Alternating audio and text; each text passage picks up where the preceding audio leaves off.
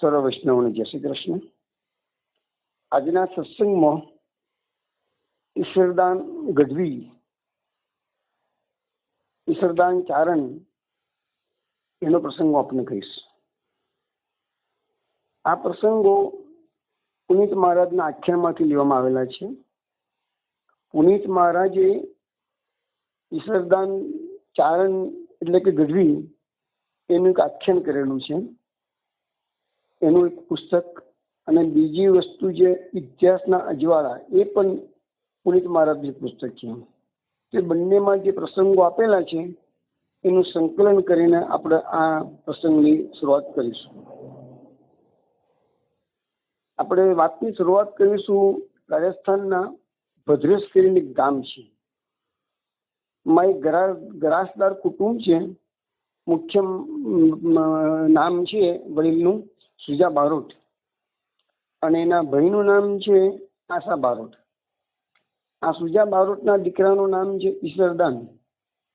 હવે એક વખત સુજા બારોટની ઉંમર થઈ એટલે પુત્ર ઈશ્વરદાનને કહ્યું કે મને તું ચારધામની યાત્રા કરવા લઈ જા. ઈશ્વરદાન એના પિતાશ્રીનો હાથ પકડી અને એના પિતાશ્રી લાકડીની ટેકે ટેકાતો લગભગ 500 વર્ષ જૂની વાતો છે. એ જમાનામાં તો કોઈ જાતના વાહન વ્યવહાર હતો નહીં. એ દરેકે દરેક જે યાત્રા કરવા માટે ચાલીને જતા. ઈશ્વરદાન જવાન છોકરો છે, વૃદ્ધ પિતાશ્રીને લાકડીની ટેકે ટેકે હાથ પકડી અને આખા ભારતના ચારધામની યાત્રા કરાવે છે. યાત્રા તો બહુ સુંદર રીતે એ લોકોની પાર પડે છે. પણ હરિદ્વારની અંદર એક વખત એવું બનેલું કે પાણીના વહેણની અંદર ગંગાજીમાં આ સુજા બારોટ તણાવવા લાગ્યા.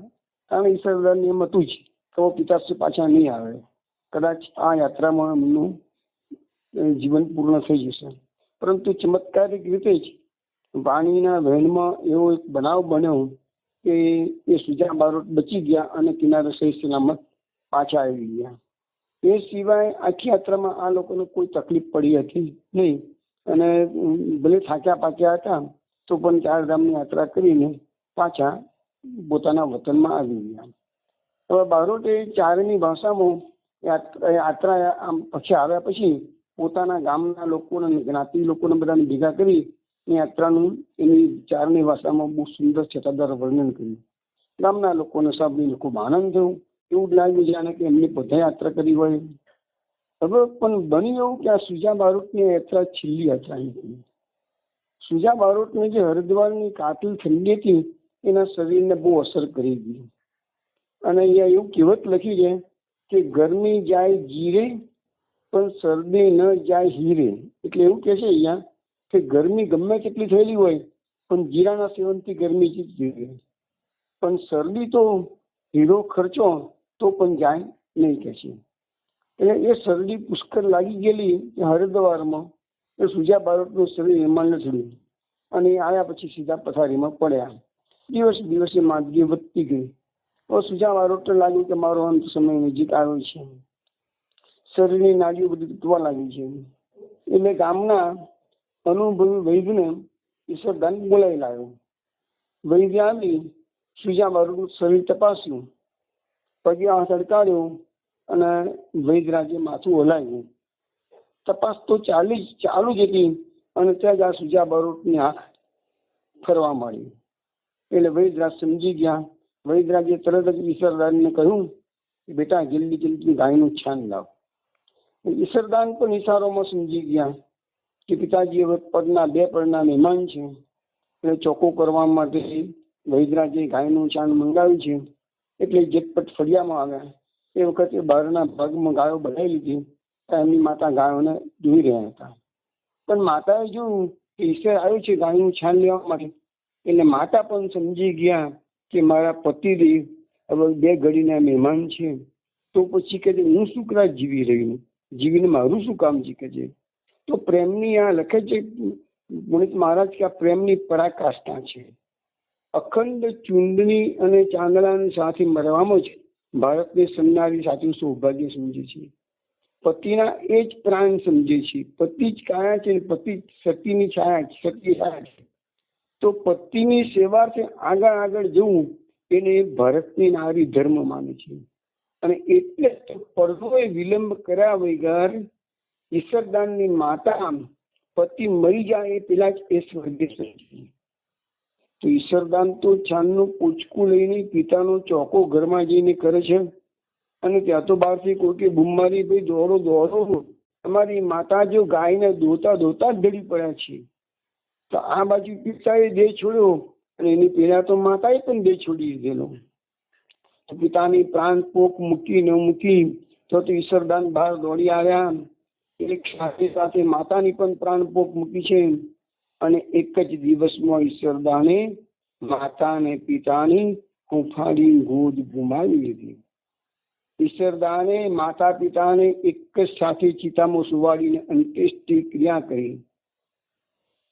ઈશ્વરદાનને તો માતા પિતાની પછી ઉત્તર ક્રિયા પતાવી દીધી, અને કહે છે કે દુઃખનું ઓસરદાણા જેમ દિવસો જતા ગયા એમ ધીરે ધીરે સુખ ઘટતો ગયો. હવે એક વખત એવું બન્યું કે પૂનમની રૂપાળી રાત્રિ છે, અને એ સમય ઈશ્વરદાન અને એમના લગ્નની એની ધર્મપત્નીનું નામ છે દિવલબા. તો એક વખત ઈશ્વરદાન અને એમના દિવલબા એમની ધર્મપત્ની બંને ચાંદની રાત્રિ છે, અગાસી બેઠા બેઠા નિર્દોષ ભાઈ વાતો કરી રહ્યા છે. તો દિવળબાએ ઈશ્વરદાનને પૂછ્યું કે સ્વામી, તમે તો પિતાને લઈને જાત્રા તો કરી આવ્યા 4 ગામની, પણ જાત્રામાં તમારા કેવા કેવા અનુભવો થયા એ તો તમે કોદાડો કશું કહ્યું જ નહીં કે છે. તો ઈશ્વરદાને કહ્યું કે સતી, હું તને કેવી રીતે કહું કે છે, કહેવાનો સમય પણ ક્યાં હતો. જોને કે જાત્રા કરીને આવ્યા ત્યાં તો પિતાનું શરીર લથડ્યું, એની સેવામાં મારો બધો સમય નીકળી ગયો, તને કહેવાનું પણ રહી ગયું. યાત્રામાં તો જાત જાતના ને ભાત ભાતના અનુભવ થયા, પણ એમાંનો એક અનુભવ તો બહુ ગજબનો હતો છે, અને હજુ એ ચિતાર મારી નજર સમક્ષ તરવરે છે, અને હું ભૂલી શકતો જ નથી. અને આટલું કહેતા કહેતા તો ઈશ્વરદાન એ પ્રસંગમાં ખોવાઈ ગયા. તો દેવળબાએ પૂછ્યું, નાથ, એવો તો કેવો અનુભવ થયો, જરા ખોતો ખરા? તો કહે છે, દીદી, એ અનુભવ તને વિકટ છે કહું કે છે. એવી આવી જ કે પૂનમની રઢિયાળી રાત્રિ હતી. હરિદ્વારનો મુકામ, હરિદ્વારનું તીર્થ હતું કે છે. એ વખતે પિતાજીને ધર્મશાળામાં મૂકી ગંગાના તટે એકલો ફરવા નીકળી પડ્યો. મંદ મંદ પવન વાતો હતો, ખડખડ કરતા ગંગાના નિર્મળ જળ વહી રહ્યા હતા. હું પણ પાછો પાછો ગંગાના તટે બેઠો.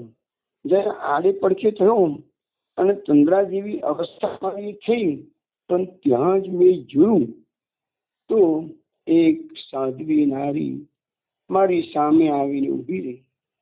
ખરેખર મારા જીવનમાં એક બહુ મોટી કસોટી દિવસે આવી કે છે.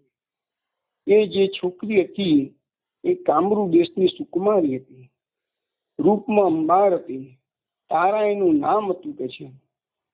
એ એનો માર્ગ બિચારી ભૂલી ગઈ અને મારી પાસે આવીને બોલી કે હું મારું જીવન તમારા ચરણોમાં અર્પણ કરું છું.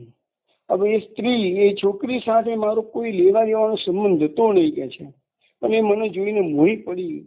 પૂનમની રાત્રિ, સાવ એકાંત, ગંગાનું સુંદર વાતાવરણ, અને એ મને કહે છે, બસ મેં તમને સ્વામી માની લીધા છે ને હું તમને પ્રેમ કરું છું, મારા સાથે લગ્ન કરો.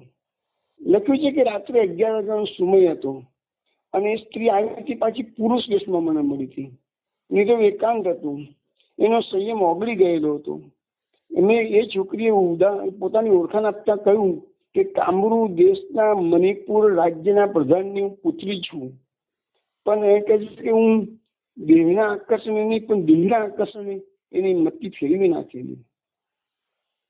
આ વર્ણન કરે છે કે શું એનું રૂપ હતું કે છે, જાણે કે પૂનમનો ચાંદ જ જોઈ લો. વાત કરવાની પણ તે છોકરીમાં ગજબની છટા હતી કે છે. વાતમાં એને મારી પાસે વચન માંગ્યું.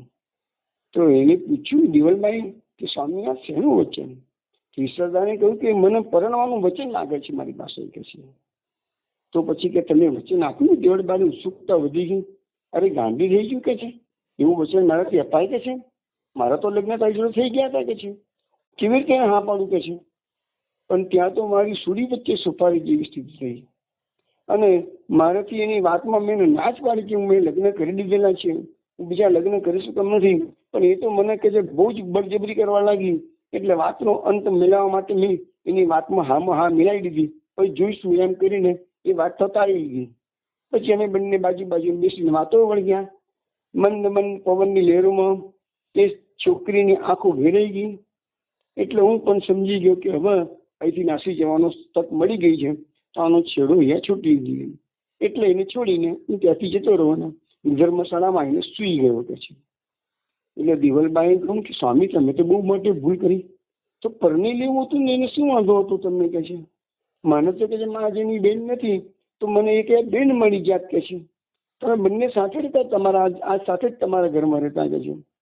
તો ઈશ્વરદાને કહ્યું અરે ગાંધી, શાસ્ત્રની મર્યાદા તો સમજવી જોઈએ કે ના સમજવી જોઈએ. સ્ત્રીઓ માટે જેમ પતિવ્રત છે તેમ પુરુષો માટે પણ પત્નીવ્રત હોવું જોઈએ. અને આપણા બધા શાસ્ત્રો માનવ ધર્મથી ભરપૂર છે. જાણવું હોય તો મનુસ્મૃતિનું પુસ્તક આપણા ઘરમાં છે, તેને બતાવો મનુસ્મૃતિમાં શું લખ્યું છે કે છે.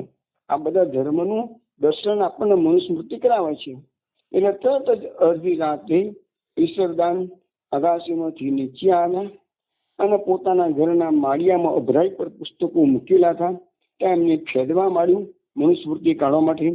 પણ એવામાં તો એક બનાવ એવો બની ગયો કે માળિયાની અંદર એક વીંછી ભરાઈને બેઠો હતો.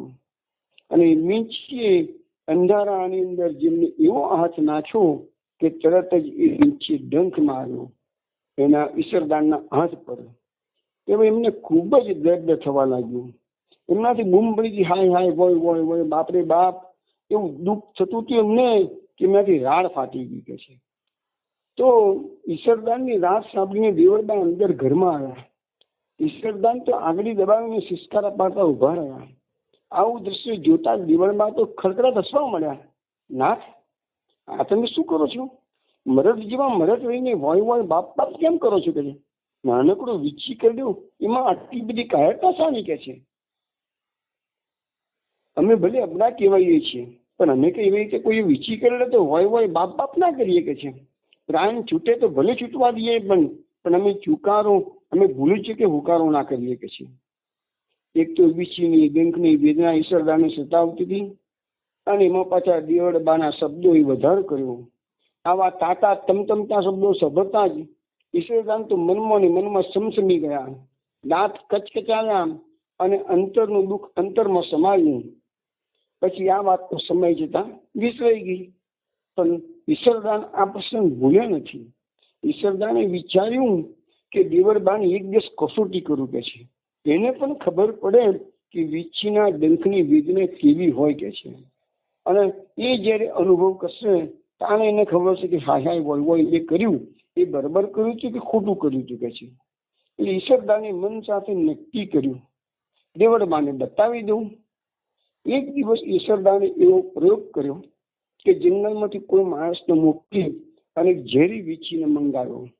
અને દેવળબાને ખબર ના પડે એવી રીતે ઘરના ગોળના ઢાંકણામાં એને મૂકી દીધું. સવારે દાંતન પાણી આ લોકો કરે તો જે પાણી રાખે મૂકી રાખેલું હોય ને એમાં એમને વીંછી મૂકી દીધું અને બુઝારું એના પર ઢાંકી દીધું. હવે સવાર થયું, એ સરદાન જાગ્યા ઉપલા પર બેઠા અને બૂમ પાડી, અરે દેવલ સાંભળો તો, દાંતણ અને પાણીનો કળશો મને આપી જાવ તો. એટલે ઘરનું બીજું કામ પડતું મૂકી દેવળબાએ દાંતાણ લીધું અને મોજીલો લોટો લઈને પેલા ઘોડામાંથી પાણી ભરવા માટે ઊંધું પાડેલું બુઝારું ઉપાડ્યું. અને જેવું બુઝારું ઉપાડ્યું કે અંદર બે મૂકેલા વીંછીએ દેવળબાની આંગળીએ ડંખ દીધો. દેવળબા તરત જ બૂમ પાડી ઉઠ્યા, હોય હોય માયરે વિસી ગયો.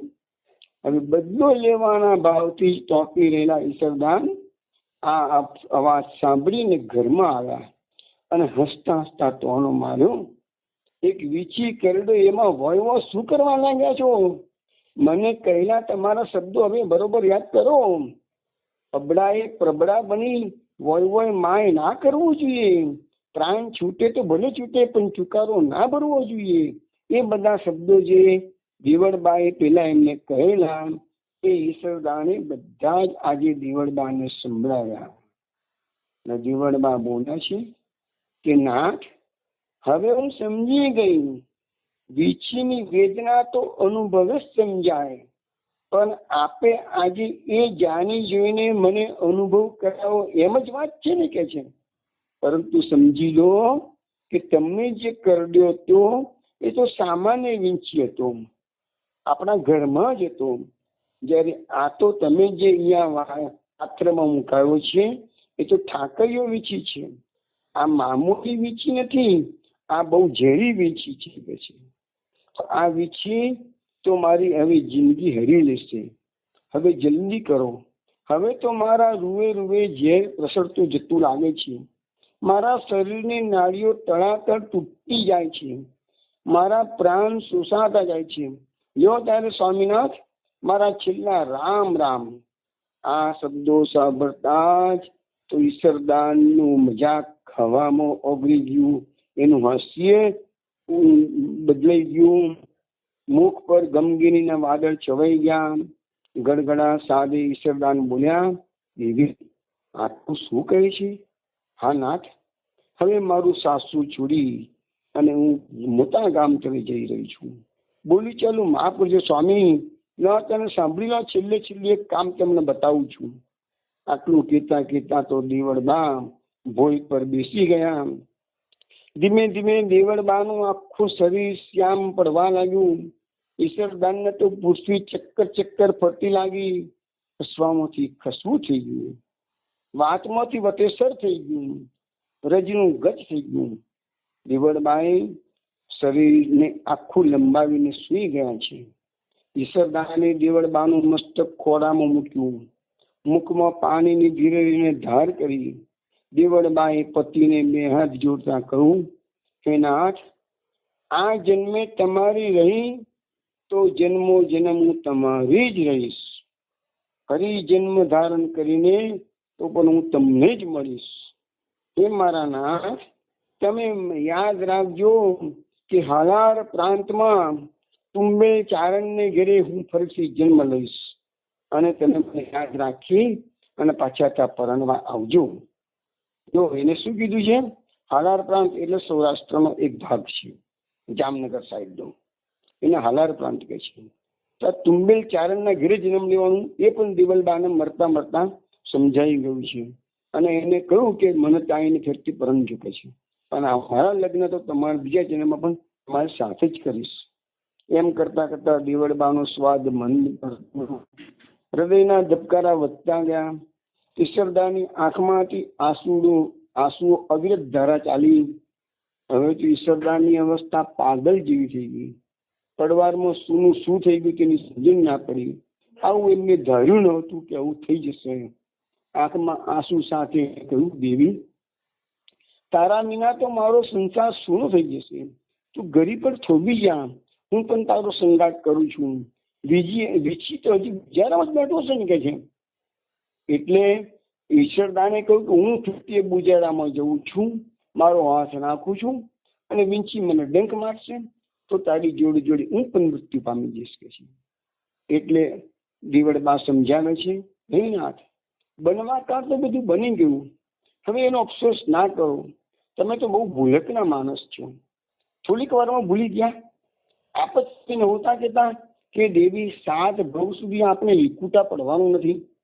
આ ભવે જ હું તમને મળીશ, પરંતુ તમે તો આપઘાતનો માર્ગ વિચારો છો. અને નાથ, તમે તો મને એક દિવસ કહ્યું હતું કે આપઘાત કરનારને રૌરવ નરક મળે છે. તો તમે આપઘાત કરશો તો તમે નવરો નરકમાં જશો, તો તમારો ને મારો સાથ છૂટી જશે કે છે. માટે હે નાથ, તમે ધીરજ ધરો અને એવા ગાળા વેળા કરશો નહીં. અને હું તમારા જન્મે તો મારા આવતા બનમાં હું તમને જ મળવાની છું. અને એવું કહેતા તો દેવળબાની આંખો મીચાઈ. નીકળતા પ્રાણ નીકળતા રામ રામ બોલી અને દેવળબાએ પ્રાણ છોડી દીધા. દેવળબાનું મૃત્યુ થયું. ઈશ્વરદાન તો પાગલ જેવા બની ગયા. આંખમાંથી આંસુનો ધોધ વહે છે. ઊંઘ વેરણ બની ગઈ. ભોજન ઝેર જેવું લાગે છે. આવી અવસ્થામાં ઈશ્વરદાનનું શરીર દિન પ્રતિદિન લેવાતું ચાલ્યું. હવે દુઃખી દિલને દિલાસો આપે એવું ઘરમાં હતું પણ કોણ?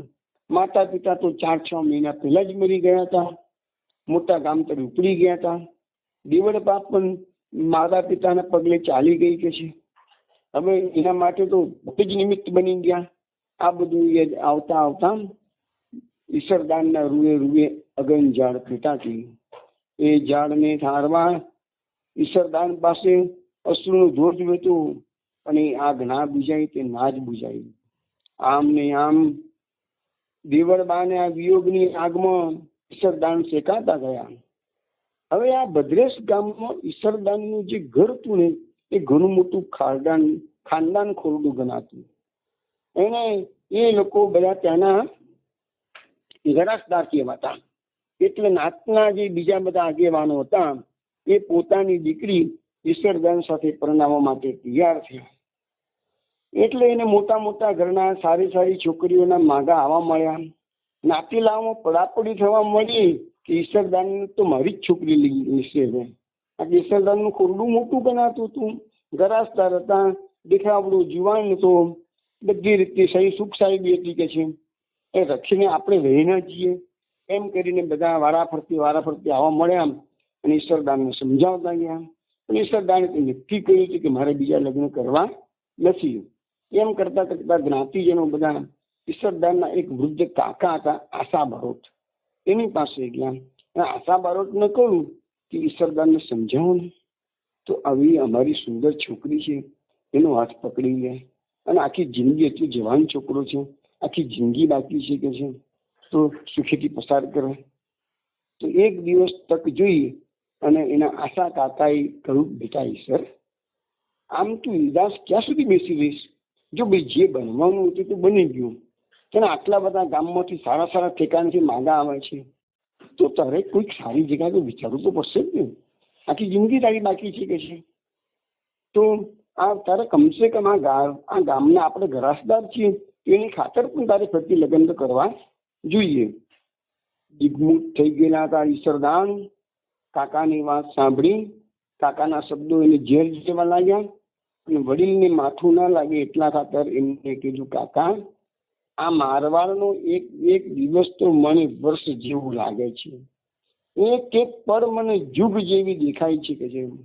પરણવાના કોર તો મારી દેવળે મને પૂરા કરી દીધા છે કે છે. હવે મને ફરીથી એવી વાત કરશો નહીં કે છે, કારણ કે મારી દેવળ ફરીથી સૌરાષ્ટ્રમાં જન્મ લેવાની છે, અને ત્યાં ગાડે એને મને ઠેકાણું આપી દીધું છે કે છે.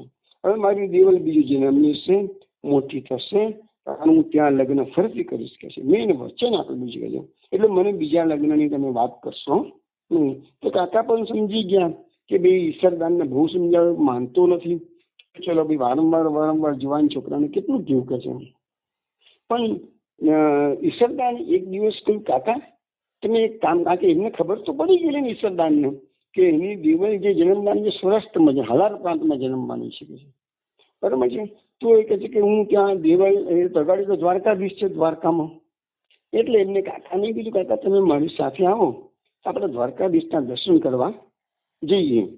એટલે કાકાએ કીધું કે દ્વારકાધીશના દર્શન કરવા જરૂર જઈએ, પેલા તો લગ્નની વાત તો કર ને કે છે. અને એને કીધું કે ના, લગ્નની વાત તમે ના કરશો કે આટલો બધો અમને આગ્રહ ના કરો કે છે. મરતા મારી દેવળે મને ફરી પરણવાનો કોલ દીધો છે, અને હું બીજા લગ્ન કરું તો પછી મારી દેવળ મને શું કહે કે છે. માટે મહેરબાની કરીને એ બધી વાતો જવા દો અને ફક્ત જાત્રાની વાત કરો.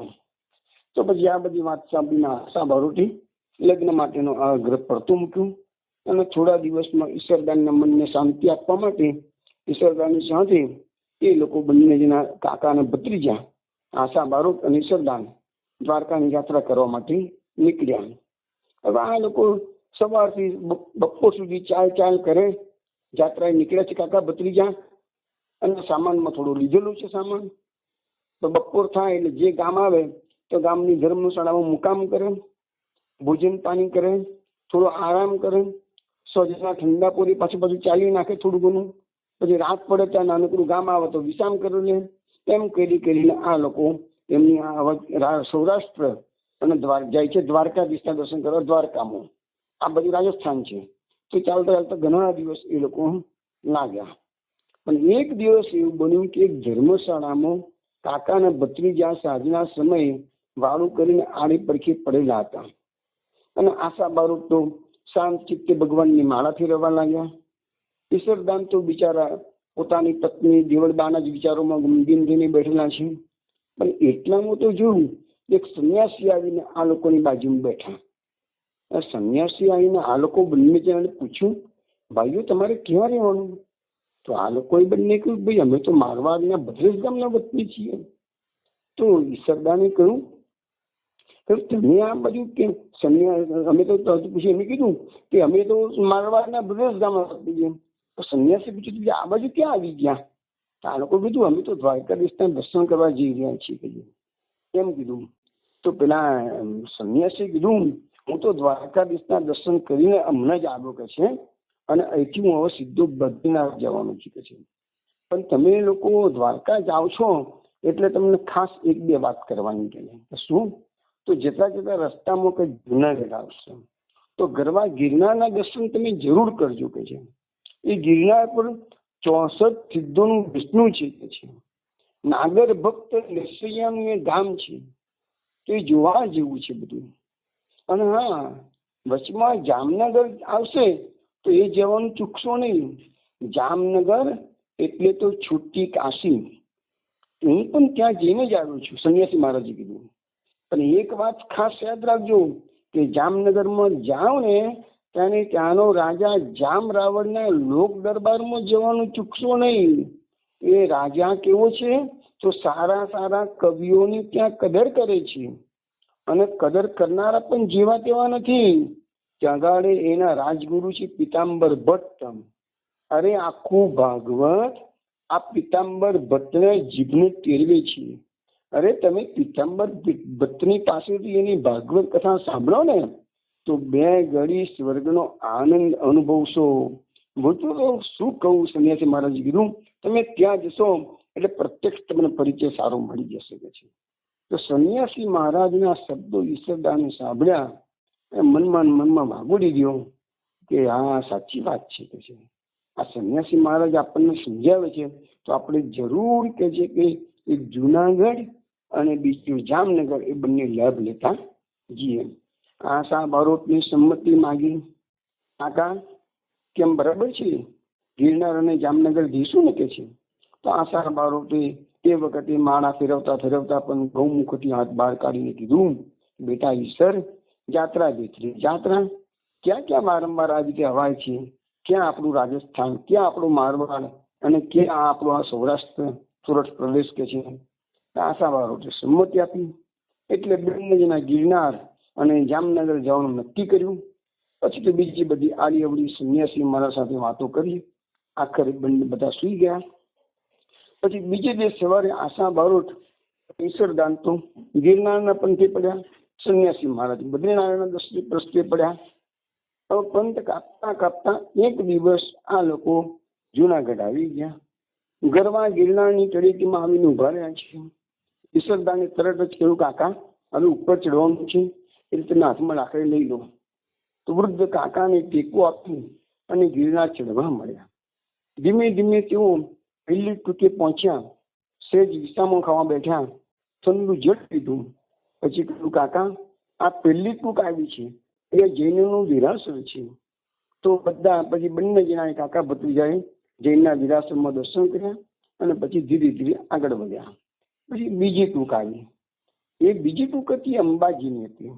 ઈશ્વરદાને કાકાને અંબાજીના દર્શન કરાવ્યા. હવે મધ્યાહન થવા આવ્યો. પકડીને ભૂખ લાગી હતી. તો ઈશ્વરદાન અને આશા બારોટ બંને કોઈ એક સારું વૃક્ષનો છરડો જોયો અને ત્યાં પોતાનું ભાથું ખોલી જમવા માટે બેઠા છે. પાસીના જરામાં પાણી વહેતું હતું. ઈશ્વરદાન તો પાણી લેવા માટે ઉભા થયા, પણ ત્યાં જ એમની સામે એક નિયૌવના સ્ત્રી આવીને ઊભી રહી. એક સુંદર સ્ત્રી એમની સામે ઊભી છે. મધુર શબ્દો દ્વારા બંનેનું સ્વાગત કરતા કરતા તે સ્ત્રી બોલે છે, તમે અને તમારા સાથીદાર અન્ય ક્ષેત્રમાં જમવા પધારો. આજે ઘણી દાડે મારી મહેમાનગતિ તમે સ્વીકારશો કે છે. વર્ષોની મારી પેલી સ્ત્રી કે છે, વર્ષોની મારી મહેનત આજે સફળ થઈ. જે આશાએ આ ગરવા ગિરનારમાં હું આજે આવી છું એ મારી આશા આજે પૂર્ણ થઈ. ઈશ્વરદાની સમજમાં આ બધી વાત આવતી નથી. આ બેન આ સ્ત્રી એવું શા માટે બોલે છે? તાને પેલી સ્ત્રીએ પોતાનો પરિચય આપ્યો કે ઈશ્વરદાનને કઈ ભૂલી ગયા મને?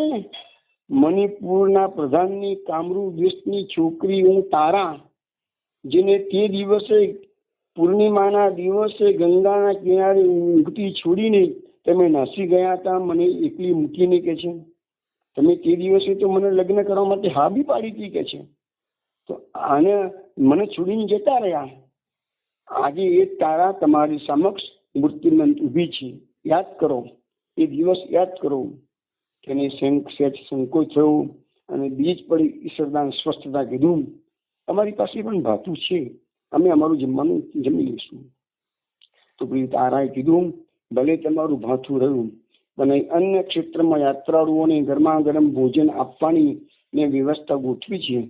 પ્રત્યેક યાત્રાળુ મારો મહેમાન છે અને મારે ઘેર મહેમાન આવીને ભૂખ્યો જાય એ કદાપી બને જ નહીં. હવે ઈશ્વરદાનની પાસે તારાને આપવા માટે કોઈ જવાબ હતો નહીં. પાણી ભરવાનો લોટો અને ભાટાનો ડબ્બો બંને સંકેલી પોતાની પેટીમાં મૂકી દીધા પાછા. બંને જણા તારાની સાથે અન્ય ક્ષેત્રમાં આવ્યા. હૈયાના હડકથી તારાએ બંનેને પ્રેમથી જમાડ્યા. બંને જમીને અન્ય ક્ષેત્રમાં સહેજ આડે પડખે થયા. કાકાની આંખ તો મીંડાઈ ગઈ. કાકાને હજી વાતની કશી ખબર નથી કે આ બધું અહીંયા શું બની રહ્યું છે. અને કોઈક બહાનું બતાવી ને તારા ઈશ્વરદાનને એકાંત ઓરડામાં લઈ ગઈ. એક મોટી શિલા હતી, ત્યાં ગાડી ઈશ્વરદાને બેઠક લીધી. બાજુની શિલા પર તારાએ સ્થાન જમાવ્યું અને પહેલા તો બંને પૂતળા જેવા બેસી ગયા. આખરે તારાએ વાત ઉપાડતા કીધું, ઈશ્વરદાન, પુરુષોનું હૃદય આટલું બધું કઠોર હોય એ તો મને તે દિવસે સમજાઈ ગયું હતું. ગંગાના કિનારે હું તમને હૃદય અર્પણ કરી ચૂકી હતી અને તમે મને આ બદલો આપ્યો કે છે? વચનની શું કશી કિંમત જ નથી હોતી કે છે? તો તારા સમજાવે છે, તલવારથી ગરદન કાપવા કરતા કરતા તો રીબાઈને મારું એ મહાપાપ છે કે છે. મારું હૃદય વાંચી લો. તમે એમાં ભર્યો અસહ્ય સંતાપ એમાં ભરેલો છે. મેં તો મારા પ્રાણને ટકાવવા માટે બહુ મહેનત થઈ છે. હવે એ દિવસ આવી ગયો છે. હવે મને જીવાડવાની જવાબદારી તમારા હાથમાં છે કે છે. તો ઈશ્વરદાને કહ્યું કે તારા, તમારો દેશ તો કામરૂ મણિપુર, તો તમે સૌરાષ્ટ્રમાં ક્યાંથી આવી ગયા? એ તો તારાએ જવાબ આપ્યો, ઈશ્વરદાન, તમે મને તે દિવસે છોડીને ચાલ્યા ગયા ને ત્યારથી મારું જીવન નિરસ બની ગયું. તમને મેળવવા માટે મેં ખૂબ પ્રયત્નો કર્યા, અનેક માણસોને દોડાવ્યા, આખો મારવાડ ખૂંદી વળી, પણ કોઈ મેળ પડ્યો નહીં. પછી તો વ્રત, જપ, તપ, નિયમ કોણ જાણે કેટલું બધું કર્યું, પણ પરિણામ શૂન્ય આવ્યું. આમ ને આમ મારું શરીર નખાતું ચાલ્યું. મારા પિતાએ એક દિવસ કહ્યું, બેટા, તારી બેચેની મટાડવા સર્વ પ્રયત્નો મેં કર્યા છે પણ નિષ્ફળ ગયા છે. મેં ખૂબ શોધખોળ કરી છે, છતાં ઈશ્વરદાન ક્યાંય મળ્યા નથી. મારા માણસો આખું ભારત ખૂંદી વળ્યા છે. હવે બેટા, તું એ વાતને ભૂલી જા અને તું નવેસરથી વિચાર અને તારા લગ્ન હું કરી લઉં. કારણ તારા કહે છે કે મેં પિતાજીને જેમ આપ્યું કે પિતાજી, એ વાત હવે વિચારશો જ નહીં. હું ઈશ્વરદાન મનથી વળી ચૂકી છું. પરણીશ તો એમને જ પરણીશ, હું તો આ જન્મ હું કુંવારી રહીશ. બેટા, તારો જીવન પણ તો હજી ખૂબ લાંબો છે. પિતાજી ભલે લાંબો રહ્યો, હૃદય મંદિરમાં મેં ઈશ્વરદાનની મંગલ મૂર્તિ પધરાવી છે. મેં આખી યોજના વિચારી રાખેલી છે. હવે મારી યોજના મુજબ હું સૌરાષ્ટ્રમાં જઈશ. ગરવા ગિરનાર પર એક અન્ય ક્ષેત્ર બાંધીને ત્યાં રહીશ. જતા આવતા યાત્રાળુઓની ભાવભરી સેવા કરીશ. એ બધા યાત્રાળુઓને ભાવતા ભોજન આપીશ અને આમ ને આમ મારું જીવન પૂરું કરીશ. પિતાજીએ પૂછ્યું, પણ બેટા, એનો કોઈ અર્થ ખરો? હા પિતાજી, અર્થ ખરો. પરબડી બાંધી હોય ને રોજીનો રોજ જાર નાખતા હોય ને, તો ભલે કાબર, કબૂતર, હોલા વગેરે પક્ષીઓ આવે, પણ કોક દાડો તો હંસલો આવી જશે ને કે છે. તો પિતાજી, ક્યારેક મારું ઈશ્વરદાન પણ ત્યાં આવી જશે તો પછી મારી મહેનત દેખે લાગશે. તો ઈશ્વરદાન કે છે, હે તારા દેવી, સ્ત્રીનું હૃદય આટલું બધું એકનિષ્ઠ અને હઠાગ્રહી હોય છે એ તો મેં આજે જ જાણ્યું. તારા દેવીએ કહ્યું, મારો નિર્ણય અફળ છે અને આજે સફળ થયો છે. તો સહેજ સ્વસ્થ ઈશ્વરદાને કહ્યું, તારા દેવી, એક વાત તમે કેમ ભૂલો છો? તમે તો મણિપુરના પ્રધાનની સ્ત્રી છોકરી છો એટલે ક્ષત્રિય છો, જ્યારે હું ચારણ પુત્ર છું. તમારો ને મારો સંબંધ તો ગુરુની શિષ્ય જેવો છે, તો લગ્નની વાત સંભવિત કેવી રીતે શકે છે? તમે જેમ તમારી વાત વિચારો છો એમ સામાન્ય સંજોગો પણ તમારે વિચારવા જોઈએ. ગમે તેવું તોય હું તો ગૃહસ્થી છું, અને ગૃહસ્થાશ્રમની જે મર્યાદા છે એ મારાથી કેવી રીતે લોપી શકાય? તારા દેવી, તમે જેમ કહો છો કે તમારા વિના મારે બીજા બધા બાપ ને ભાઈ, એમ મારે પણ મારી દેવળ વિના બીજા બધા બહેન ને ભાઈ. આ નિયમનો ભંગ કરે તેને કપાળે કાળું કલંક લાગે. તારા દેવી, એ ન ભૂલશો કે ગૃહસ્થાશ્રમ એક યોગ છે, એમાં પતિ એકબીજાની માળા જીતવીને ધન્યતા અનુભવે છે. તારા દેવી, તમારા હૃદયમાં મારા પ્રત્યેનો જે પ્રેમ વહી રહ્યો છે એ વહેણની દિશા તમે બદલો. મારા તરફ ધડી રહેલા વહેણને તમે હવે પ્રભુ ચરણમાં વાળીને કૃતાર્થ બનો. દેવી, તારા જેવી પ્રેમ દીવાની મીરાની તું જરા પૂછી જોતો. જો મીરાના હૃદયને જરા સમજવાનો પ્રયત્ન કર. જગતમાં સાચો પતિ કોણ છે એ મીરા તને સમજાવશે. ગિરધરલાલ સિવાય જગતમાં બીજો સાચો પુરુષ છે જ કોણ મીરાના માટે? પરમેશ્વર સિવાય પતિ કરવા યોગ્ય કોઈ છે જ કોણ? આટલું જો તું બરાબર સમજે તો આવું ગૌરવ ગેલું જે બકી રહી છે તું બોલી જ નહીં કે છે. ઈશ્વરદાનના એક એક શબ્દને તારા દેવી અંતરમાં ઘૂંટી રહી.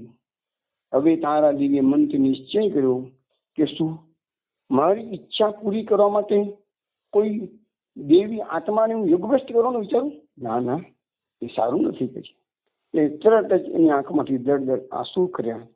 એને ઈશ્વરદાનની માફી માંગી અને એને ઈશ્વરદાનને કહ્યું કે તમે તો દેવ સમાન છો. હું તો મારું સંપૂર્ણ જીવન હવે સેવા, સ્મરણ અને સત્સંગમાં જ વ્યતીત કરવાનો મેં નિર્ણય કર્યો છે, અને હું અહીં જઈશ, અન્ય ક્ષેત્ર ચલાવીશ, યાત્રાળુઓની સેવા કરીશ અને બાકીનો સમય સત્સંગ કરી ભગવાનની ભક્તિ કરીશ. તો આમ તારા દેવીનો જીવન પ્રવાહ પ્રભુ ચરણ તરફ વાળી ઈશ્વરદાન અને આશા બાળોત ગિરનારની યાત્રા પૂરી કરી અને દ્વારકાના પંથે પડ્યા છે. હવે ચાલતા ચાલતા રસ્તામાં જામનગર ગામ આવ્યું. ત્યાંની એક ધર્મશાળામાં બંને કાકા ભત્રીજાએ મુકામ કર્યો છે. સાંજનો સમય થયો છે. વાળું પાનું કરીને બંને જણા ભેગા થઈને વાતો કરે છે. તો ઈશ્વરદાને કાકાને કીધું, કાકા, હું નગરમાં ગયો હતો ત્યાંથી મેં જાણ્યું કે આવતીકાલે જામ રાવણના દરબારમાં કવિઓની સભા ભરવાની છે, અને નોખા નોખા કવિઓ કવિતા કરવાની છે, અને જેની કવિતા શ્રેષ્ઠ થશે એને પિતાંબર ભટ્ટ જે રાજગુરુ હતા એના એ પિતાંબર ભટ્ટ સ્વહસ્તે ઇનામ આપવાના છે. તો કાકાએ કીધું, બેટા ઈશ્વર, એ કવિ સભા એટલે તો કેવાય મોટા મોટા ગજાના કવિઓ આવવાના હોય, એમાં વળી આપણા જેવા કવિઓને ક્યાંથી ગજ વાગે? તને ભત્રીજાએ કીધું, કાકા બીજું તો કાંઈ નહીં, તો માં સરસ્વતીની પ્રસાદીનું એકાદ કાવ્ય ત્યાં ગાઈશું. અરે જિંદગીમાં જીવ્યા કરતા જોયું બોલું. તો કાકાએ કીધું, સારું બેટા, જેવી તારી મરજી. બીજા દિવસે સવારે ઈશ્વરદાન અને આશા બારોટ નિત્ય કર્મથી પરવારી અને જામ રાવણના દરબારમાં આવી ગયા છે. આખો દરબાર પૂરેપૂરો ભરાયેલો હતો. ઊંચા આસન પર જામ રાવણ બિરાજેલા છે. આજુબાજુ કવિજનો બેઠેલા છે અને થોડી દૂર અગ્રગણ્ય દરબારીઓ બેઠેલા છે. આવા લોકોએ જોયું કે રામ જાવણની બાજુમાં જ, જામ રાવણની બાજુમાં જ વયોવૃદ્ધ અને અનુભવવૃદ્ધ પંડિત પિતાંબર ભટ્ટ પણ બેઠેલા છે. સમય થયો. એક એકથી ચડિયાતા કાવ્યો રજૂ થવા લાગ્યા. સભામાંથી વાહવાના પોકારો ઉઠવા લાગ્યા. ગુણવત્તાના પ્રમાણમાં કવિઓને પિતાંબર ભટ્ટ પારિતોષિક આપતા ગયા. સૌ કવિઓએ ગાઈ લીધું. પછી છેવટે ઈશ્વરદાન ઉભા થયા. આગળ જામ રાવણને માથું નમાવ્યું. એક કાવ્ય ગાવાની અનુમતિ માંગી.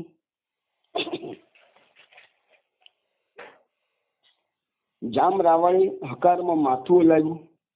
ઈશ્વરદાને ખોખારો ખાઈને ગળું સાફ કર્યું. માં શારદાને મનોમન વંદન કરી સુરીલા કંઠે દુહો લલકાર્યો.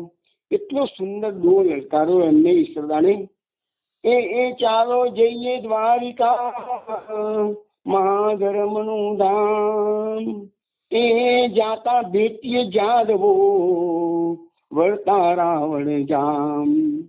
ઈશ્વરદાનના મુખમાંથી તો આવા એકથી ચીડતા અનેક કાવ્યો સરવા લાગ્યા.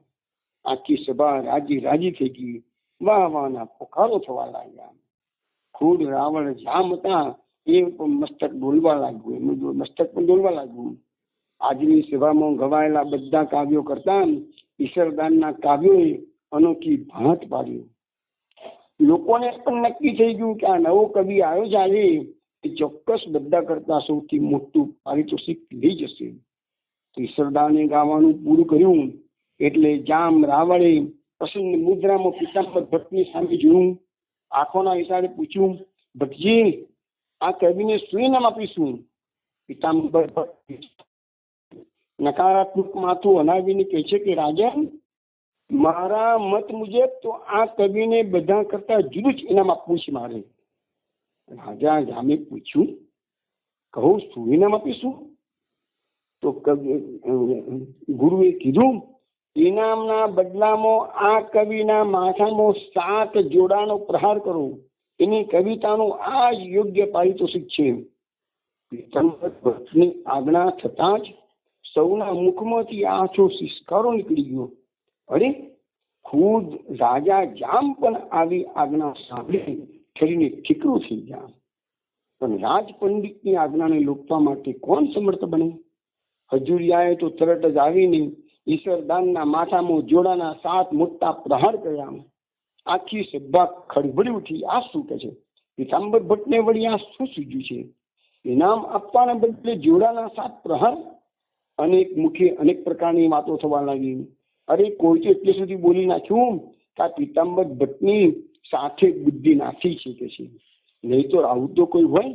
આવો જુવાન જોત કવિ, આવી સુંદર કવિતા અને એવું આવું ખરાબ પારિતોષિક, આવું અપમાનજનક વર્તન. બીજા બધા તો વાતો કરીને બેસી રહ્યા, પણ ઈશ્વરદાનનું જવાન લોહી આ અપમાનથી ઉકળી ઉઠ્યું. જેમ તેમ કરીને એ લોકો ઉતારે આવ્યા. મન સાથે એને નક્કી કરી લીધું. ઈશ્વરદાને મનથી શું નક્કી કર્યું? કે મારું પોતાનું અપમાન કરવા હું તૈયાર છું, પરંતુ દેવી સરસ્વતીનું અપમાન કરવા માટે હું જરાય તૈયાર નથી. પિતાંબર ભટ્ટને આજે હું આ ચારણના હાથમાં શું શક્તિ છે એ તાકાત બતાવી દઉં. આજે ને આજે હું પિતાંબર ભટ્ટને યમરાજની પાસે પહોંચાડી દઈશ.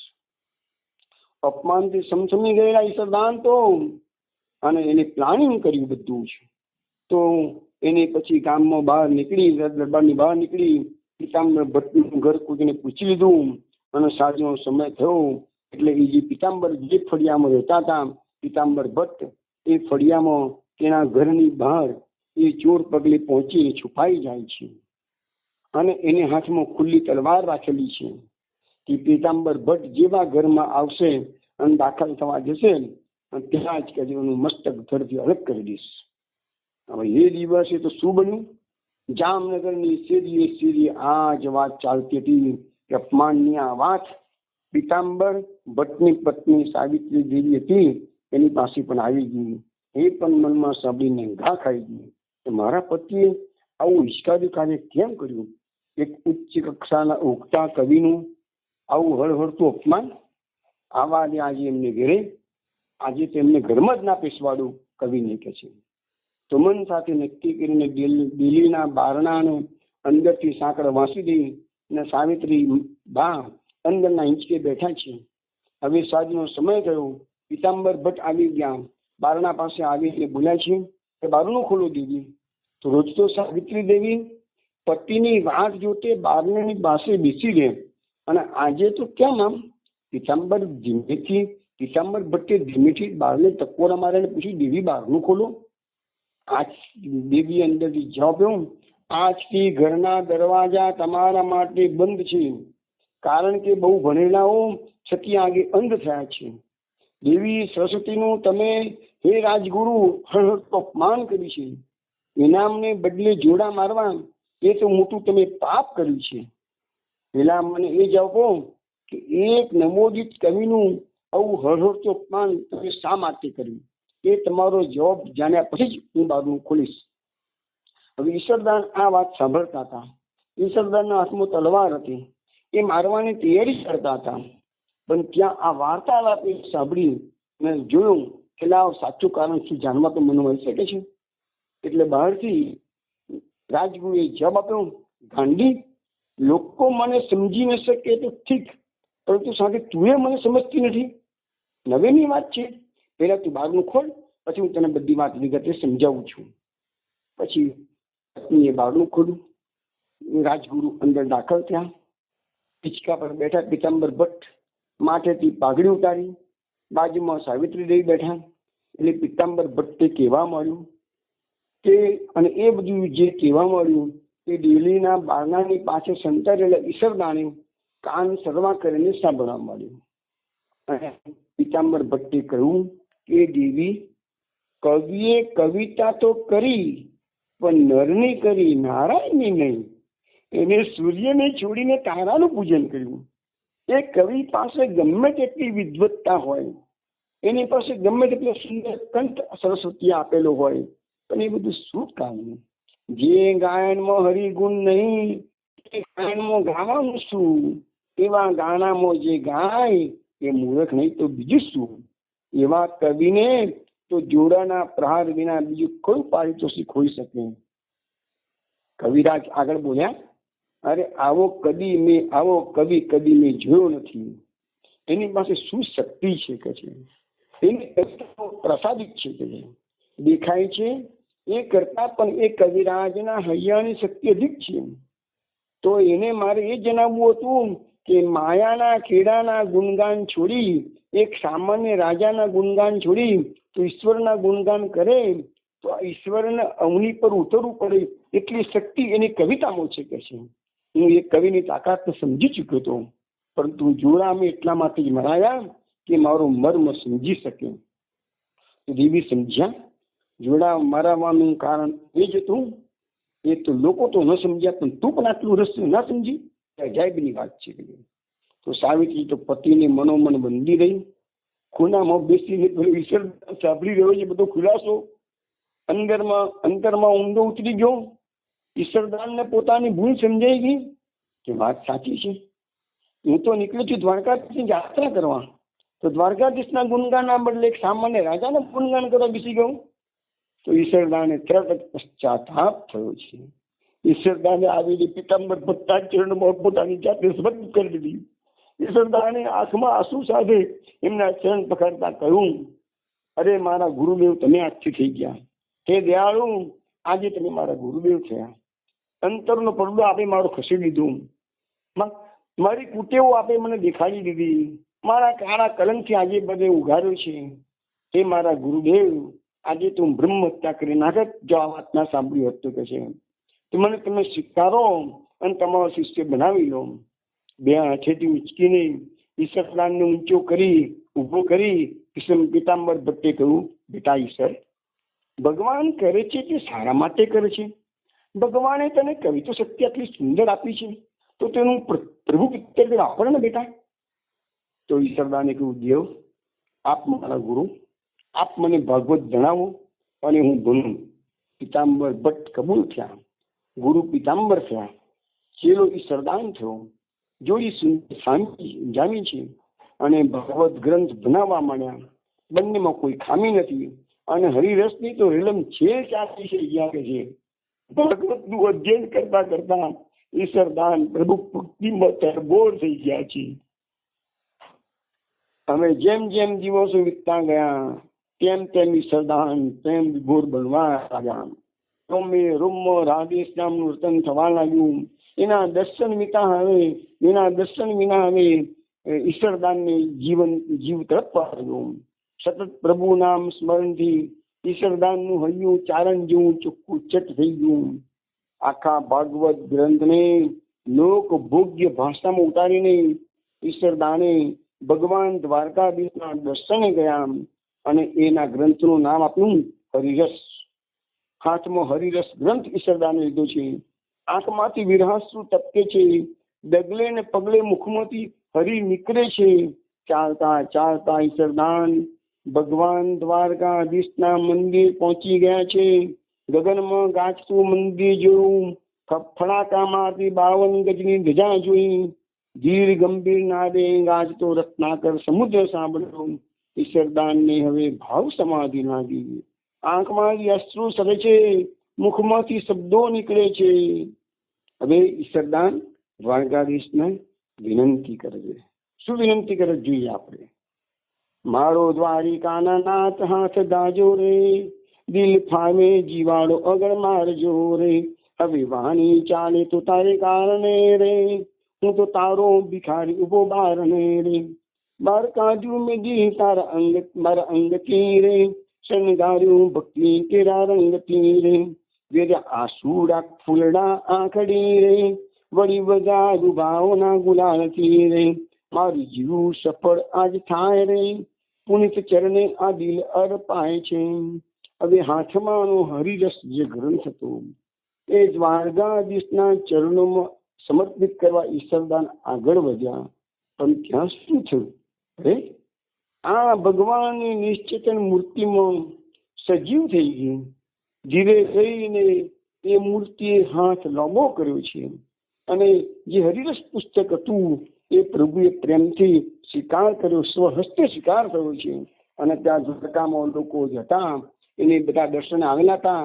એને જોયું કાચેલો દ્વારકાધીશ સાક્ષાત દર્શન કરીને ઈશ્વરદાન કૃતકૃત્ય થઈ ગયા. આ વાતની જાણ જન સમાજમાં થઈ ગઈ. લોકોના ટોળે ટોળા ઈશ્વરદાનના દર્શને આવવા લાગ્યા. અને પછી ઈશ્વરદાને જોયું કે ભાઈ દ્વારકામાં વધારે રહેવું હિતાવ નથી, એટલે એમને દ્વારકા છોડ્યું. રોજ રોજ લોકો આવવા મળ્યા. ઈશ્વરદાનને ખબર પડી ગઈ કે ઈશ્વરદાનનું હરિરસ પુસ્તક હતું, ભાગવતનો ગ્રંથ, એ ભગવાને હાથવાથ સ્વીકાર કર્યું છે. પછી ઈશ્વરદાન ફરતા ફરતા જામનગર પાછા આવ્યા. જામ રાવણને બધા સમાચાર મળી ગયા હતા. ઈશ્વરદાનનું બહુમાન કર્યું. પણ આજે તો ઈશ્વરદાનની ભૂમિકા કંઈક ઓર હતી. હવે એમને મન માન શું અને અપમાન શું? હવે ઈશ્વરદાનને બધું સરખું લાગતું હતું. 2-3 દિવસમાં તો જામનગરમાં પણ લોકોનો ધસારો એટલો બધો વધી ગયો કે આ બધા માટે એ રાતોરાત ઈશ્વરદાને જામનગર છોડ્યું, ત્યાંથી ચાલી નીકળ્યા. કોઈ પણ વસ્તુ રાજાનું કોઈ માનપાન માનપત્ર કશું સાથે લીધું નહીં. હરી ઈચ્છાને જે કંઈ મળી આવે તે ખાય છે. ઝાડને છાંયે બેસીને વિશ્રામો કરે છે અને હાથથી પાણી પીએ છે. આમ કરતા કરતા ઈશ્વરદાન જામનગર છોડી અને ગામની પાદરે આવ્યા. ખૂબ તરસ લાગી હતી. કુવાની ઉપર એક 12 વર્ષની કુમારિકા પાણી ભરી રહી હતી. પાણી પીવા રહી હતી. ઈશ્વરદાન જેમાં કુવો પર આવ્યા કે પેલી કુમારિકાએ દૂરથી પોતાના પતિને જોઈ લીધા. ઓળખી છોકરી ઓળખી ગઈ છે. છોકરીએ દૂરથી આવતા પતિને આંખથી નાકે આગળ મૂકીને ઈશારો કર્યો છે, કશું બોલશો નહીં. દૂરથી આવતા દેખી દીધા. કન્યા બહુ ઓળખાઈ. મારો પતિ મને આજે મળ્યો. નાકે આંગળી મૂકી બાળાએ પાણી પાવા મળ્યું. ઈશ્વરદાનને હજી કશી ખબર પડતી નથી કે આ બાળાએ શા માટે નાકે આગળી મૂકી છે. પણ એ તો આવ્યા, પાણી ખોબામાં પીવીને પીધું. મન ઊંડા વિચારમાં ડૂબી ગયું. બાળાએ નાકની પર જે આગળી મૂકી હતી અને પછી પૂછ્યું, હે ચારણદેવ, મેં મારા નાકના આગળી મૂકી એમાં તમને કઈ સમજાયું ખરું? પેલા કશું બોલતા નથી. તમે આવા ભૂલકના કે થોડા વખતમાં જ બધું ભૂલી ગયા? તમે બેન પાણી પાવ એમ ના કહો અને એવું બોલો તો મોટો અનર્થ થઈ જાય. માટે જ મેં મારી નાક પર આગળી મૂકી હતી. તમે ઓળખી નહીં તમારી દેવળને? તમે ભૂલો સ્વામી, તો મારાથી કેમ ભૂલાય? મેં તમને મળતી વખતે વચન આપ્યું હતું કે હું પાછી આવીશ, હાલાર પંથકમાં જન્મીશ. તો આજે હું આવી ગઈ છું. અને તમને મેં વીંછીની વાત યાદ કરાવવાનું વચન આપ્યું હતું. એ વીંછીની વાત હું તમને યાદ કરાવીશ એટલે તમે સમજીશો તમારી દેવળને. તો બોલો, એ વીંછીની વાત સાચી કે નહીં? કે છે કન્યાએ ઓળખાણ આપી. ઈશ્વરદાનની જૂની સ્મૃતિ ચાલી થઈ ગઈ. દેવળબાનું વચન યાદ આવ્યું. હા, તમે કહ્યું હતું કે તમે તુંબેલ ચારણની પુત્રી તમે જ છો કે છે? હા, હું જે આટલા દિવસનો વિયોગ મેં સહન કર્યો છે, હવે મારાથી નહીં સહન થાય. ના, તમે ચાલો ઘરે અને લગ્નની તૈયારી કરીએ. આટલા દિવસ મેં ધીરજ રાખ્યું, હવે થોડું વધારે રાખ જામ રાવણને જરા હું જાનમાં લઈને આવીશ અને પછી તને પરણીશ. તો ઈશ્વરદાન જામનગર આવે છે. જામ રાવણને બધી વિગતે વાત કરી છે. જામ રાવણે ધામધૂમથી લગ્ન બંનેના કરાવે છે. પછી ગ્રસ્થાશ્રમમાં રહીને ઈશ્વરદાને પ્રભુની ભક્તિ કરવા મળી. પત્નીએ સાથમાં સાથ પુરાવ્યો. જામ રાવણે ઈશ્વરદાનના જીવન નિર્વાહ અર્થે 3 ગામ આપે છે: સંચાની, ઈશ્વરિયા અને વરસડા. આમાંનું સંચાની જે ગામ હતું એ ઈશ્વરદાને ગુરુપુત્રી જે ગંગાબાઈ હતી એને વીરપસલીમાં આપેલું છે. ત્યાંથી આમ ત્યાગ, ત્યપ, પરોપકાર, સંયમ ધર્મને સ્વીકારીને ઈશ્વરદાન 107 વર્ષની ઉંમરે મોક્ષને પામે છે. દિન પ્રતિદિન ઈશ્વરદાનનો પ્રભાવ વધતો ગયો હતો. અરે ઈશ્વરદાન એટલા બધા ચમત્કાર કર્યા છે કે કેટલા લોકોના વાજ્યા મેના તાળ્યા, કેટલા મરદાને તેમને જીવતા કર્યા. આવા અનેક ચમત્કારો લીધે સૌરાષ્ટ્ર પ્રદેશમાં આજે પણ કહેવાય છે કે કા ઈશ્વરા કા પરમેશ્વરા. અને એમાં એવું કહેવાય છે કે સંવત 1622 શુદ્ધિ 9મી ચૈત્ર માસ, ઈશ્વર માર્ગ ઉધર્યા વિશ્વ કરો વિશ્વાસ. તો 1622 સંવતમાં ચૈત્ર શુદ્ધિ 9 એટલે કે રામનવમીના દિવસે ઈશ્વર બારોટે ત્યાગ કર્યો અને એમનો ઉદ્ધાર થઈ ગયો. તો આ કથા એ પુનિત મહારાજના આખ્યાનમાંથી લેવામાં આવેલી છે. હવે પુનિત મહારાજે આ જે લગ્નનો પ્રસંગ છે એ એમને બીજી જગ્યાએ વર્ણવ્યો છે, અહીંયા નથી વર્ણવ્યો.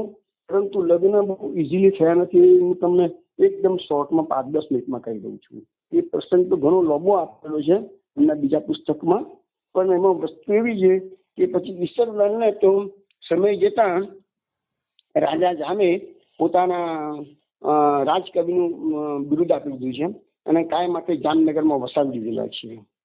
હવે પેલા રાજાએ શું છે કે આ ઈશ્વરદાને તો બીજી છોકરી હતી ને એ દેવલબાનો બીજો જન્મ, એની ચારણ પાસે જઈને માગણી કરેલી એ તુંબેલ ચારણ પાસે.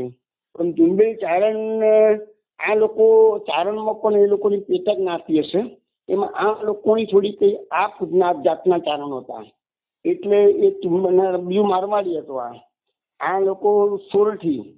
એટલે આ તુંબેલ ચારણને આ દીકરી એની જોડે પરણાવવાની જરા ઈચ્છા હતી નહીં. એ પ્રસંગ પુનિત મહારાજે ઇતિહાસના અજવાળામાં બહુ લોબો આપ્યો છે. હું ટૂંકો જ કરીને કહી દઉં છું તમને. એટલે પછી આ જયારે એને બહુ વાટાઘાટો ચાલી, આ લોકો રોજ જ્યાં તગાડે જાય એને ગઢવીને તગાડે એ ચારણને વિનંતી કરે, પણ એ ના પાડે કે મારે કન્યા તને આપવાની નથી. કે કારણ હતું કે એ હતું પછી બહુ વિનંતી કરી અને છેવટે કન્ડિશન મૂકે છે કે અમુક પ્રકારનું મારવાડી ઝુમખું સ્ત્રીઓનું પહેરવાનું એક ઘરેણું છે, એને ઝુમખું આ લોકો કહે છે. અને એ મારવાડી પ્રકારનું ઝુમખું જો તું મને આટલા દિવસમાં લાવી આપે તો જ હું આ છોકરી તને પરણાવું. અને સીધી રીતે ના નથી પાડતા, એટલે આવી આડકત રીતે કન્ડિશન મૂકવામાં આવે છે. હવે આ વસ્તુ સાંભળ્યા પછી ઈશ્વરદાન જે રાજકવિ હતા એકદમ ઉદાસ થઈ ગયા છે. એને સમજણ પડી ગઈ કે આવું ઝુમખું તો બહુ જ રેરલી મળી શકે, અને એ તો પાછું મારવાડ પ્રદેશમાંથી.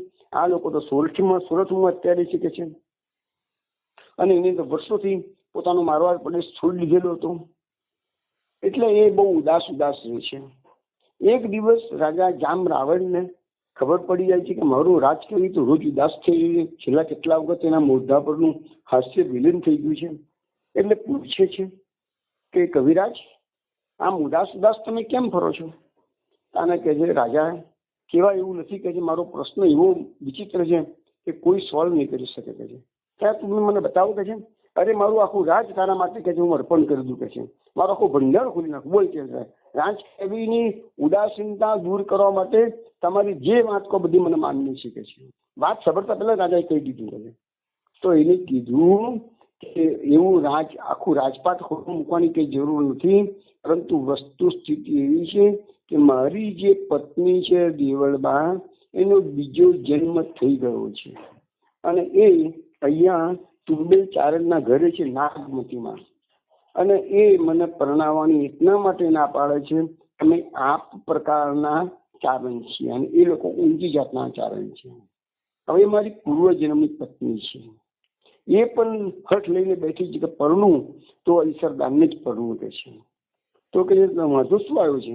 તો એ વાંધામાં એવું કે છે કે તમે મારવાડી પ્રકારનું આવું ઝુમખું મને લાવી આપો તો જ હું મારી દીકરી તમને પરણાવું.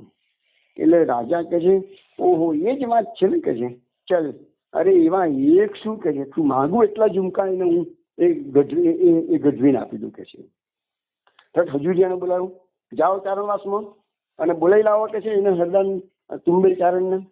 તરત પેલા હજુરિયો ગયો, હજુરિયો તાત્કાલિક ચુંબેલ ચારણને બોલાવી લાવ્યો અને કીધું કે ભાઈ આને તારી દીકરી સાથે લગ્ન કરવાના છે, પૂર્વજન્મની પત્ની છે, એ બધી વાત આ બધી સાંભળી છે? હા બધી મને ખબર છે, આ તમારા કવિરાજ મને ઘણી વાર વિનંતી કરી ગયા છે. પણ મેં ના ક્યાં પાડી મારી દીકરી આપવાની. મેં એમને કવિરાજને એમ કહ્યું છે કે મને મારવાડી પ્રકારનું આ પ્રકારનું ઝુમખું લાવી આપો તો જ મારી દીકરી તમને હું આપું કે છે. અને એ પણ પાછું કે છે 8 દિવસની અંદર મને જોઈએ, 8 દિવસના વાયદામાં નહીં લાવી આપ 8 થી 8 દિવસ, તો કે છે કે એ વાયદો પછી ફોક ગણાશે કે છે. રાજ કે છે એટલે રાજા કે છે, અરે આ રાજની અંદર મારી પાસે એવા કારીગરો છે, તો મારવાડીનું ઝુમખું એક તો શું, એક રાતમાં મારા કારીગરો બેસીને એવા 10 ઝુમખા બની આપે છે. પણ તું એક વખત તારી દીકરી મારા રાજકવિને તું પરણાવી દે. મારું આ રાજનું વચન છે, 1 મહિનાની અંદર તને હું એવા 10 ઝુમખા લાવી આપીશ. તાણે પેલો ચારણ કે છે કે રાજા તમે વચ્ચે પડશો નહીં આ બાબતમાં. જો તમે રાજનું જોર કરવા ગયા છો તો યાદ રાખજો આ સોરઠની ભૂમિ છે, અહીંયા 5000 ચારણોની લાશો ભેગી થઈ જશે તમારા આંગણે કે છે. એવું જોર ના કરશો મારી પાસે કે છે. હું મારા વચનમાંથી હઠું એવું નથી. 8 દિવસમાં મને મારવાડી પ્રકારનું ઝુમખું જોઈએ. તો કહેજે તને કચ્છનું, ગુજરાતનું, સોરઠનું તું માગું એવું ઝુમખું એકની અનેક લાવી આપું, પણ તું મારવાડી ઝુમખાની જીદ છોડી દે. તો પેલા ચારણે ના પાડી દીધી, છોકરીના બાપે ના પાડી દીધી કે મારે તો એ જ જોઈએ કે છે, તમારે રાજા વચ્ચે નહીં આવવાનું કે છે. એટલે મૂળ વસ્તુ સ્થિતિ શું હતી કે એને આ છોકરી ઈશ્વરદાન કદાચ એની આખ્યાનમાં લખ્યું નથી એ કયા કારણથી ના પાડી છે, પણ એક કારણ બતાવ્યું છે કે એ લોકો ચારણ જાતિમાં પણ નીચી જાતિના છે, એક કારણ એવું બતાવવામાં આવેલું છે, એને આપવી નથી. બીજું કારણ એવું હોઈ શકે કે ઈશ્વરદાનની ઉંમર મોટી હતી અને પેલી છોકરી તો 12 વર્ષની હતી. આ જયારે એ લોકોનો એકબીજા સાથે મેળાપ થયો ત્યારની વાત છે. હવે એમાં વાતનો વળાંક એવો આવ્યો કે ત્યાં હજુરિયાઓ જે રાજાના હતા એમાં એક હજુરિયો તરત આ વાતમાં વચ્ચે આવી ગયો, બાજુના રૂમમાં કે બહાર બેઠો સાંભળતો હતો, અને એને આવીને કીધું રાજાને કે રાજા મારું મોસાળ છે ને એ મોરબીની બાજુમાં નાનું બરા, શું નામ કીધું, હા નાની બરાળ નામનું આહિરોનું એક ગામ છે કે છે, અને ત્યાં મારું મોસાળ છે. તો મારા મોસાળમાં મારે અવારનવાર જવાનું થાય છે કે છે. અને હું જાણું છું કે આ એક આહિર છે ને એને મારવાડના વંજારા પાસે સુધી એ થોડા દિવસ પહેલા 25,000 રૂપિયા આપીને એક વર્ષ પહેલા એ મારવાડી ઘાટનું એક જૂનું ખરીદેલું છે. તો એવું જૂનું આજે પણ આ નાની બરાળ ગામમાં એક વ્યક્તિની પાસે છે કે છે. તો કે છે એને એવું કીધું કે એમાં બનાવ એવો બનેલો કે એ ઝુમખું એટલું બધું સુંદર છે કે સોના પર પાનાનું સુંદર કામ છે, ફરતા સાચા મોતી જડેલા છે, અને હેમના ડોરામાં નીચે ચકરડાનું હીર છે મળેલું છે. પણ હવે વંજારો જે હતો એ પોઠિયા લઈને આ બાજુથી પસાર થતો હતો અને આ મચ્છુના કિનારે આવ્યો અને ત્યાં એને પોઠિયા શીતળાનો રોગ થયો, પોઠિયા મરવા જેવા થઈ ગયા. હવે પેલો વંજારો વિપત્તિમાં આવી પડ્યો. વંજારાએ આ ઝુમખું તો ઉદયપુરના રાજાને ભેટ કરવા માટે બનાવરાયું હતું, અને મારવાડમાં પણ એવા કારીગરો ઘણા ઓછા છે, એવું એ સુંદર પ્રકારનું આ ઝુમખું હતું કે છે. પણ હવે એ વંજારાને આ જે મુશ્કેલી ઊભી થઈ એટલે એને કોઈ પણ સંજોગોમાં વિપત્તિ આવી ગઈ એટલે આ ઝુમખું વેચવાનો વારો આવ્યો. એ વખતે મોરબીની પાસે નાની બરાણ ગામમાં આવી અને એને કોઈને વાત કરી કે મારા ઝુમખું આટલું સુંદર છે, એ વેચવું છે. તો અમારા ઓળખીતા જ્ઞાતિવાળાએ તો કહે છે કે 25,000, 1 વર્ષ પહેલાની જ વાત છે, 25,000 રૂપિયા આપીને એ ઝુમખું ખરીદી લીધું છે કે છે. આજથી 5 વર્ષ પહેલા, પણ એ વખતે 1 વર્ષ પહેલા. તો કે છે કે કવિરાજ, રાજાએ કીધું કવિરાજ એ ઝુમનું હું કોઈ પણ સંજોગમાં મેળવીશ. અને કવિરાજને કીધું કવિરાજ તમે પોતે કાલે ને કાલે નાની બરાડ ગામમાં પહોંચી જાઓ અને ઝુમખાની વાત કરો કે છે.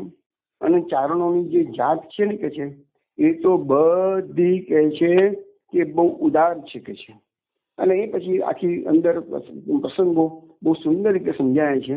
અને છેવટે પછી એ કવિરાજ નાની બરાડ ગામમાં ગયા છે અને એ ચારણોની જે વસ્તી હતી ત્યાં જે સ્ત્રીએ પહેરેલું હતું એને મળ્યા છે અને એને કીધું કે બેન મને કોઈ પણ સંજોગમાં 1 મહિના માટે ઝુમખું આપ. મારા રાજા જામે મને મોકલ્યા છે અને ઈસરદાન મારું નામ છે. પણ ઈસરદાનનું જેવું નામ પડ્યું, ઈસરદાન તો આખા સુરતમાં ફેમસ થઈ ગયેલા રાજકવિ તરીકે, જામ રાવણના રાજકવિ તરીકે. એટલે ગામના લોકો પણ ખુશખુશાલથી કહો હો અમારા નાનકડા ગામની અંદર જામનગરના રાજાનો રાજકવિ ઈસરદાન પધાર્યો છે કે છે. એના ઈસરદાનના ચમત્કારો પણ લોકોએ સાંભળેલા. એટલે લોકો ઈસરદાનને ખૂબ માન આપ્યું છે. એટલે જે પેલી આહિરની જાતિ હતી જેની પાસે ઝુમખું તે આહિર જાતિ હતા. આહિર જાતિના લોકો કીધું, એવી બેને જેને પહેરેલું એને કીધું કે કવિરાજ તમે આટલા મોટા રાજના આટલા મોટા કવિ એક અમારા નાનકડા ગામમાં આવી અને અમારી પાસે માગો અને અમે ના આપીએ બને કે છે, લઈ જાઓ કે છે, ખુશીથી લઈ જાઓ કે છે. તે કીધું કવિરાજ કે મારે કાયમ માટે જતું નથી, હું મહિનામાં મારું લગ્ન થઈ જશે તો મહિના પછી પાછું આપી જઈશ અને અમારા રાજા આવું ઝુમખું બીજું બનાવી દેશે કે છે. એટલે કવિરાજ લઈ ગયા. રાજાએ તરત પેલા એને બોલાયો અને પછી એના લગ્ન બી થઈ ગયા. પછી 1 મહિનો થયો અને મહિનાનું પ્રોમિસ કરેલું એટલે પછી આ ઈસરદાન છે એ નાની બરાણ ગામમાં પાછા ગયા. પેલી બેન જેને ઝુમખું આપ્યું હતું એને પાછું આપવા મળ્યું. એ બેને ના પાડ્યું કે તમે અમે આહિર છીએ અને તમે લોકો આપણે શું કહેવાય બારોટ છે, બારોટની આ લોકો શું કહે છે એને ચારણ છે. ચારણની જાત આહિર એટલે ભરવાડો અને ચારણ તો દેવી જાત કહેવાય કે છે. તો મેં એક વખત તમને આપેલું હું પાછું મારાથી ક્યારેય લેવાય નહીં. તો એ જમાનામાં આજથી 500 વર્ષ પહેલા વિચાર કરો કે આ આહિર લોકોની જાતિએ 25,000 ખર્ચીને એ જમાનામાં જે ઝુમખું હતું એ ઈસરદાન ગઢવીને ભેટમાં આપી દીધું. ઈસરદાન તો ગડગડો થઈ ગયો એ બેન આટલું મોટું દાન તો કોઈ ના કરી શકે. અને આ લોકો તો ગરીબ ખોરડા હતા બધા, ખેતીવાડી પર સામાન્ય ખેતીવાડી પર તો આ લોકોના ગુજરાન ચાલતા હતા. તો પણ એ જમાનામાં 25,000 રૂપિયા જે ઝુમખું પેલા બંજારા પાસે જેટલું એ આપી દીધું અને રંગે જંગે લગન ગયેલા હતા. તો આ પ્રસંગ જે એના લગ્ન કેવી રીતે થયા એ પ્રસંગ પુનિત મહારાજે બીજા પુસ્તકમાં વર્ણવે છે. મેં એનું બીજા પુસ્તકોનું મેં શોર્ટમાં કહીને કહું છું. જય શ્રી કૃષ્ણ વિષ્ણુ.